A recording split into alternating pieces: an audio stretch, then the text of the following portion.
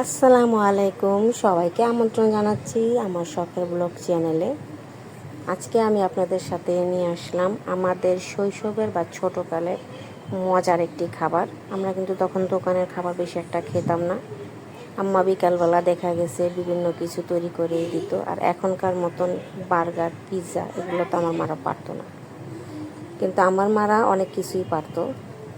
আর ওই সময় আমাদের কাছে এগুলোই মজা মনে হতো। আর এগুলো হচ্ছে নারকেলের নাড়ু। আর নাড়ুটা তৈরি করার জন্য ফার্স্টে আমি এখানে কিছু ভাতের চাউল নিয়ে নিলাম। এখানে প্রায় 1.5 কাপের মতন চাউল আছে।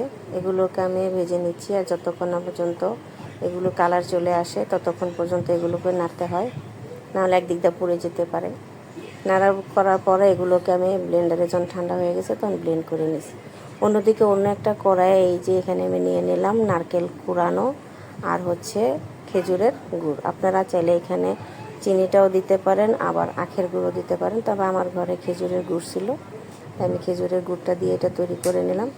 যখন গুড়টা প্রায় গলে গেল আর নারকেলের সাথেও আমি কিছুক্ষণ মেখে নিলাম, তারপর আস্তে আস্তে করে যে চাউলের এটা করে নিছি আমি গুঁড়াটা, ওটাকে অল্প অল্প করে মিক্স করে নেব। দেখতে যেন একবারে শুকনো শুকনো হয়ে না যায়, এরকমভাবে এগুলো মিক্স করে নিতে হবে। সেই জন্য আমি অল্প অল্প করে মিক্স করে নিচ্ছি। কতটুকু লাগে এখন তো আর বলতে পারছি না। আস্তে আস্তে দেওয়ার পর প্রায় আমার সবগুলোই এখানে লেগে গেছে। তারপরে এই তো আমি একটু ছড়িয়ে রাখলাম যেন একটু হালকা ঠান্ডা হয়, কারণ একেবারে গরম গরম তো আর হাতে নিয়ে বানানো যায় না। তো যখন মোটামুটি ঠান্ডা হয়ে গেছে, হাতে ধরা যায়, ওই মুহূর্তে আমি এগুলোকে বসে বসে শেপ করে গোল আকৃতির নাড়ু আকৃতির শেপ করে নিচ্ছি। আর এটা অবশ্যই একটু গরম থাকতে থাকতে করতে হবে, একেবারে ঠান্ডা হয়ে গেলে দেখা গেছে এটা হবে না। দুই হাতে নিয়ে এগুলোকে হাতে একটু তেল নিয়ে নিলাম যেন হাতে আমার লেগে না যায়। এভাবে বসে বসে আস্তে আস্তে আমি এগুলোকে গোল গোল করে শেপ করে সবগুলোই তৈরি করে নিলাম। আমার এখানে অনেকগুলোই হয়েছে। আর এইরকম অবস্থাতেই আপনারা এগুলোকে একটি কাচের বক্সে ভরে কিছুদিনের জন্য সংরক্ষণও করতে পারেন।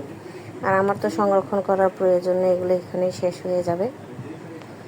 এই তো আমার সবগুলো নাড়ু এখানে তৈরি হয়ে গেছে, দেখতে পাচ্ছেন কতগুলো হয়েছে। আর আমার এই ভিডিওগুলো যদি আপনাদের কাছে ভালো লাগে তাহলে অবশ্যই অবশ্যই লাইক, কমেন্ট এবং সাবস্ক্রাইব করে দেবেন।